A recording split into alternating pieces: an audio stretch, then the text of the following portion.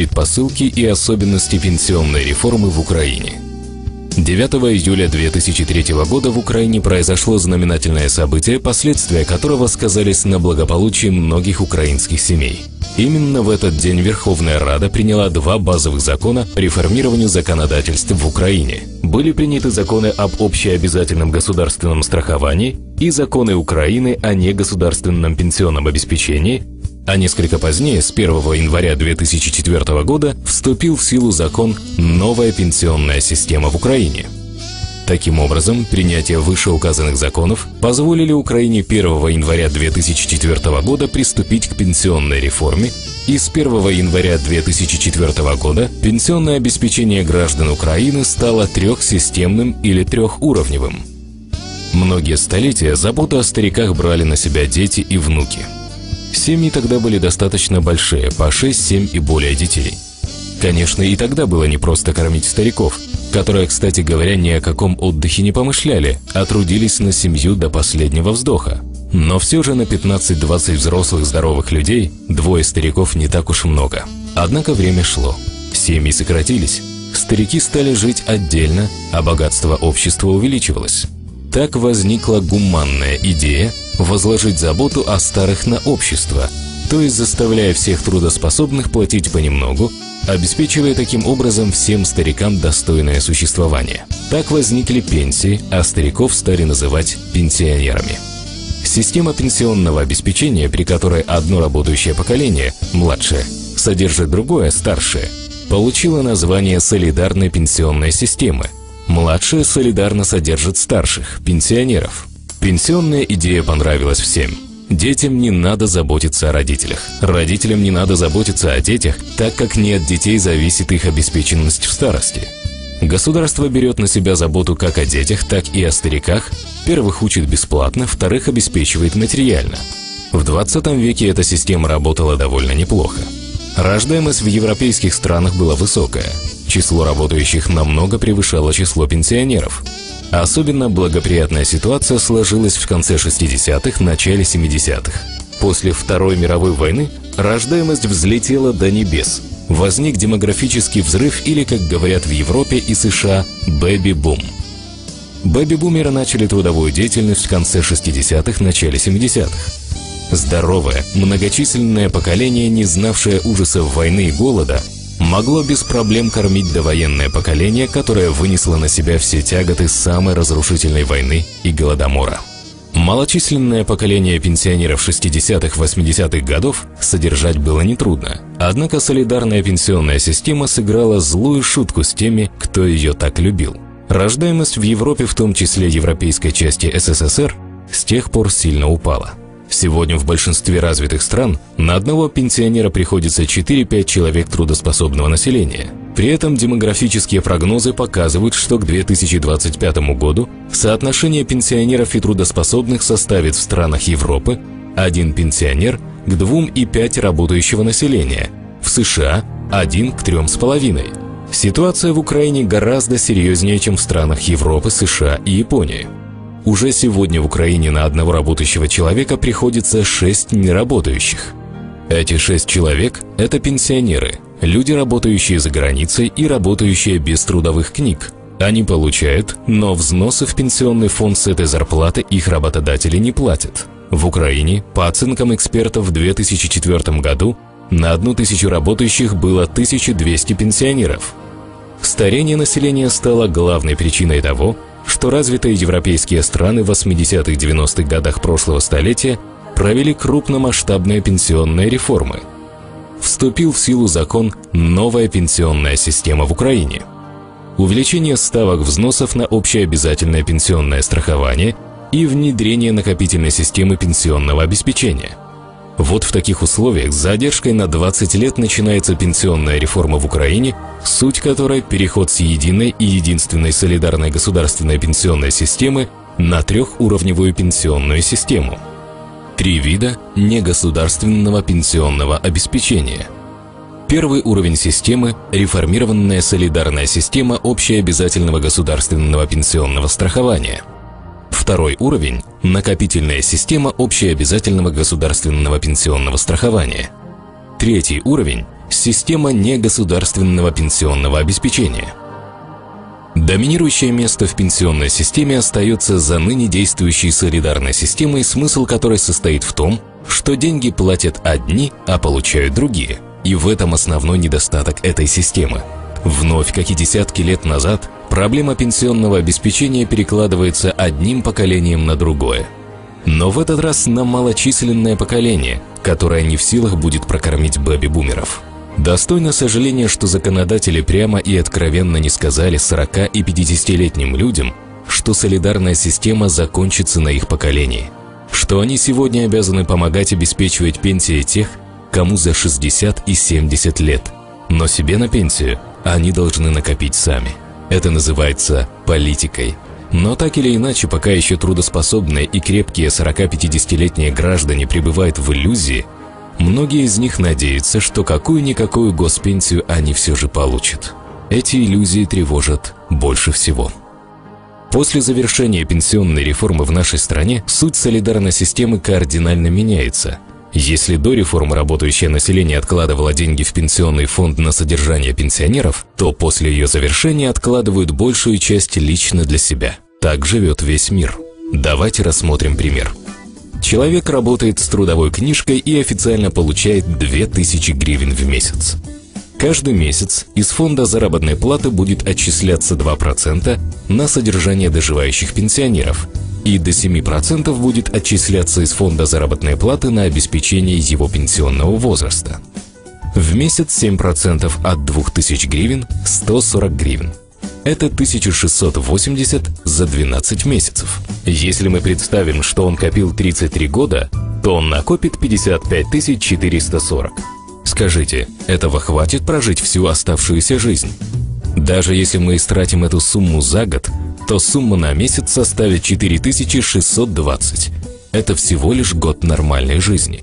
Если взять хотя бы 10 лет, то сумма составит 462 гривны. И кто реально сегодня может претендовать на эти два уровня пенсионного обеспечения? Все те люди, кто узаконил свои трудовые отношения с организацией, предприятием, учреждением, то есть все граждане, которые официально оформили трудовые взаимоотношения с предприятием. Вы работаете на предприятии или руководите предприятием, перечисляя деньги в страховой пенсионный фонд.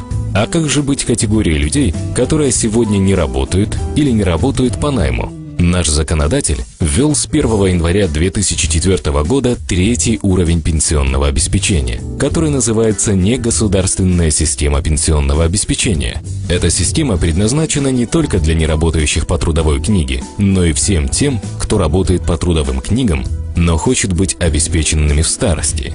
Это и есть великое преимущество, которое состоит в том, что всем, в том числе и бэби-бумерам, которым сегодня еще далеко до 60, дается шанс самостоятельно решать свою пенсионную проблему. Система негосударственного пенсионного обеспечения в сфере страхования жизни. Система негосударственного пенсионного обеспечения – это составная часть системы накопительного пенсионного обеспечения, основывающаяся на принципах добровольного участия физических и юридических лиц. В нашем государстве негосударственным пенсионным обеспечением дано право заниматься 3 видам юридических лиц: негосударственным пенсионным фондом, банкам, страховым компаниям, имеющим лицензию на долгосрочное накопление и страхование жизни. Первые 2 организации не имеют государственных гарантий и могут быть признаны банкротами.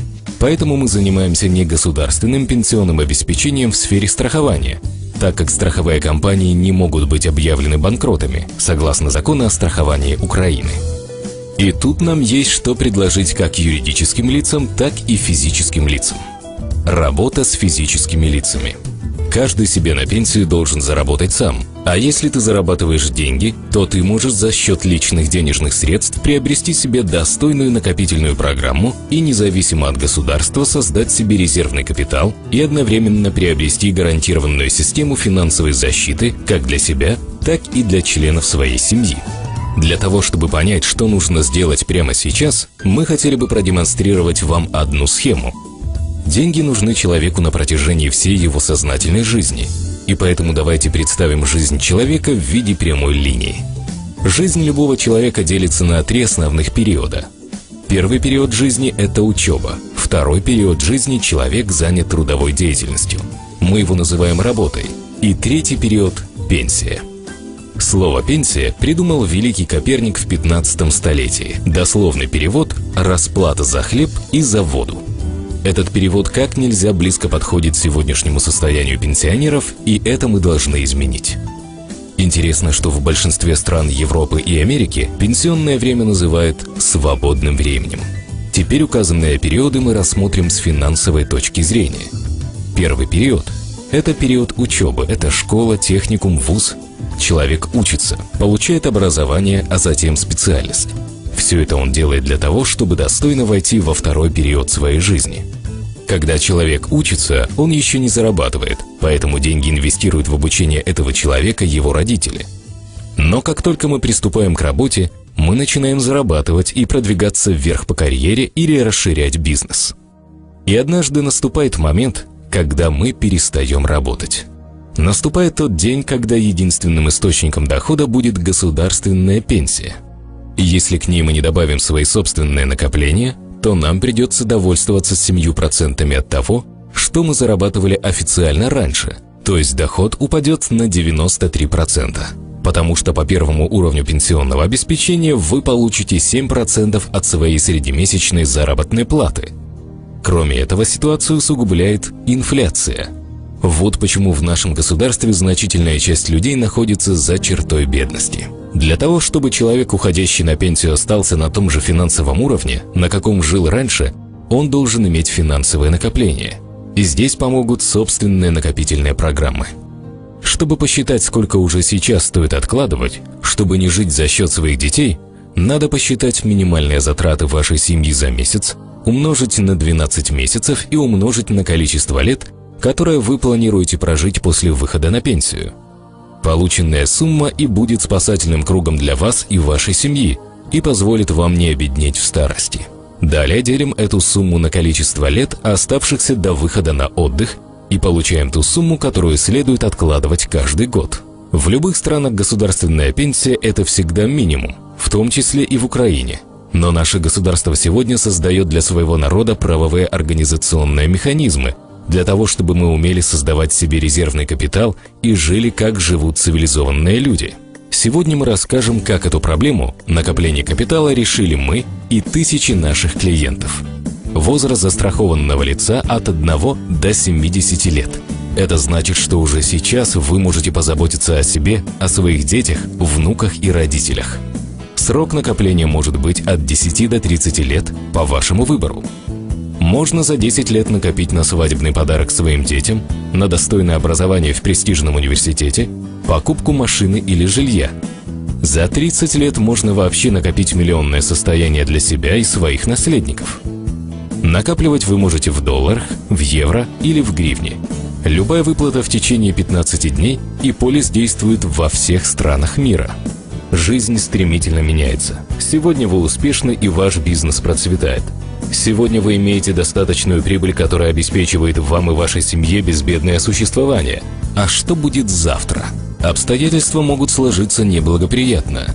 И любая травма или досадный случай, кризис, угрожает обернуться катастрофой для семейного бюджета. Обрести уверенность в себе и в завтрашнем дне можно только взяв ответственность за свою жизнь на себя уже сегодня. Как обезопасить собственное будущее? Например, можно положить деньги для накопления в банк, а можно приобрести полис долгосрочного страхования жизни. Вы спросите, зачем мне страховая защита, ведь я могу накопить деньги на черный день на счету в банке, там проценты и уверенность. По своей сути, полис долгосрочного страхования жизни аналогичен банковскому вкладу, однако сравнительно с последним он имеет два важных плюса. Во-первых, в отличие от кредитной организации, страховщик принимает деньги на оговоренный срок, гарантируя при этом стабильный инвестиционный доход на весь срок действия договора. Во-вторых, заключив договор со страховой компанией, вы не просто накапливаете деньги, но и защищаете собственную жизнь и жизнь близких от всяческих опасных рисков. Обеспечиваете социальную защиту себе и своей семье, гарантируете сохранение обычного уровня благосостояния даже в трагическом случае, в случае потери кормильца. И сегодня ответьте себе на вопрос: желаете ли вы, чтобы финансовое состояние вашей семьи было спланировано на долгие годы, независимо от всяких неурядиц жизни? Желаете ли обеспечить постоянный рост ваших накоплений и защитить их от инфляции? Желаете ли вы быть всегда спокойны за здоровье и стабильно обеспеченное будущее вашего ребенка? Желаете ли вы уже сейчас определить размер вашей ежемесячной пенсии в будущем и не зависеть от способности государства обеспечивать вам достойную старость? Жизнь современного человека – это готовность самому отвечать за свою судьбу и судьбу своих близких.